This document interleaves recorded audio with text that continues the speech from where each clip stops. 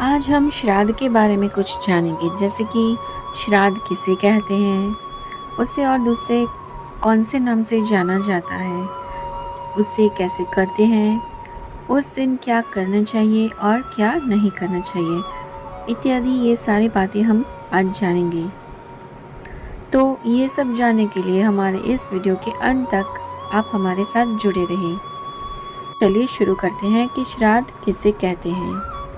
श्राद्ध हिंदू एवं अन्य भारतीय धर्मों में किया जाने वाला एक कर्म है जो पितरों के प्रति श्रद्धा और कृतज्ञता अभिव्यक्त करने तथा उन्हें याद करने के निमित्त किया जाता है। श्राद्ध का तात्पर्य श्रद्धापूर्वक अपने पितरों को प्रसन्न करने से है। जो परिजन अपना देह त्याग कर चले जाते हैं, उनकी आत्मा की तृप्ति के लिए जो तर्पण किया जाता है उसे श्राद्ध कहते हैं। हर साल पितृपक्ष में पितृ अपनी संतानों को सुख समृद्धि के आशीर्वाद देते हैं। ऐसा कहा जाता है कि इस दौरान पितृ का तर्पण करने से उन्हें मोक्ष की प्राप्ति होती है, साथ ही पितृदोष से जुड़ी मुश्किलों का निवारण होता है। श्रद्धा से जो कुछ भी दिया जाए उसे श्राद्ध कहते हैं। श्राद्ध कर्म पितृ ऋण चुकाने का सरल मार्ग है। श्राद्ध को किस नाम से जाना जाता है? श्राद्ध पक्ष को पितृपक्ष, महालय, 16 श्राद्ध और अपर श्राद्ध के नाम से भी जाना जाता है। श्राद्ध कितनी पीढ़ी तक किया जाता है? श्राद्ध 3 पीढ़ियों के पूर्वजों के लिए किया जाता है। इसमें पिता, दादा और परदादा शामिल होते हैं। श्राद्ध के दिन क्या करना चाहिए?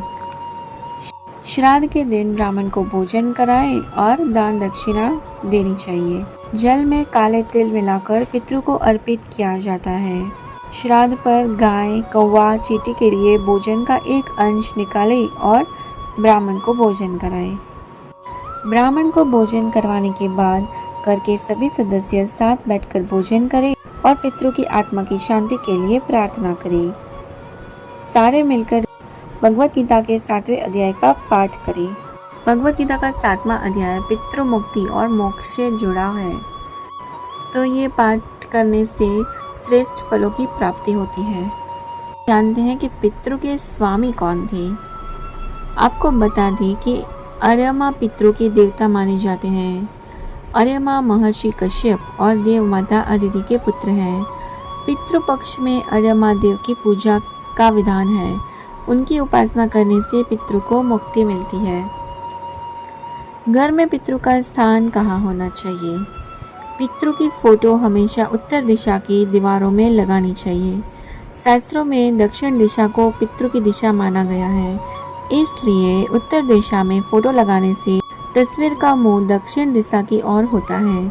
ऐसा करने से घर में सुख समृद्धि आती है। श्राद्ध कब होते हैं?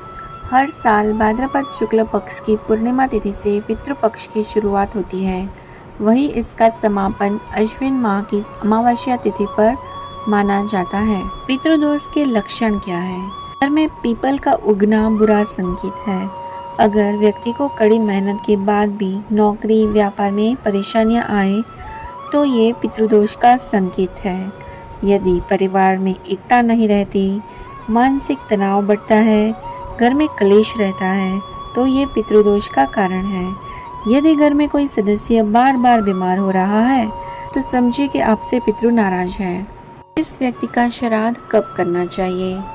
जिस दिन परिजन की मृत्यु हुई हो उस तिथि से श्राद्ध की तिथि का निर्धारण होता है, यानी कि जिस समय व्यक्ति ने अंतिम सांस ली हो और उस समय पंचांग के अनुसार जो तिथि हो, पितृपक्ष में उसी तिथि के दिन श्राद्ध करना चाहिए।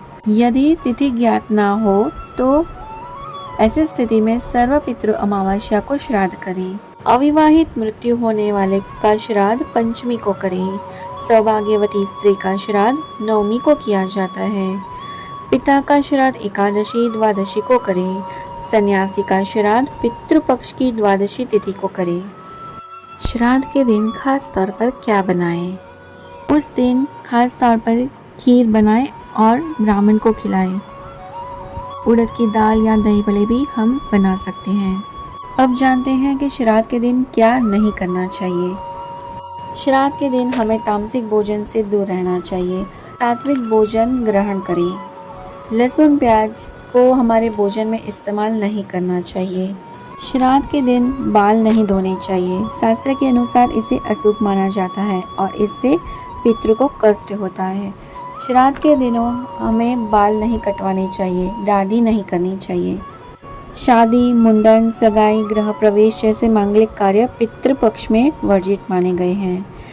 नई गाड़ी, घर, बंगला ऐसा कुछ भी खरीदना पितृपक्ष में वर्जित है। मदिरा, धूम्रपान का सेवन नहीं करना चाहिए। श्राद्ध वाले दिन नाखून भी नहीं काटने चाहिए। श्राद्ध के दिनों शारीरिक संबंध हो सके तो नहीं बनाने चाहिए। यदि इस अवधि में गर्भधारण हो गया तो संतान को सेहत से जुड़ी समस्याएं हो सकती है। तो इस वीडियो में हमने जाना कि श्राद्ध किसे कहते हैं, श्राद्ध के दिन हमें क्या करना चाहिए, हमें क्या नहीं करना चाहिए, पितृदोष के लक्षण क्या है, श्राद्ध को और कौन से नाम से जाना जाता है, घर में पितृ का स्थान कहाँ होना चाहिए, पितृ के स्वामी कौन थे, ऐसी सारी चीज़ें हमने यहाँ पे जानी। तो ऐसी और बातें जानने के लिए हमारे साथ आप हमारे चैनल पे जुड़े रहें। तो हमारे चैनल को सब्सक्राइब करें और ये वीडियो पसंद आया हो तो इस वीडियो को लाइक और शेयर करना ना भूलें। जय श्री कृष्ण।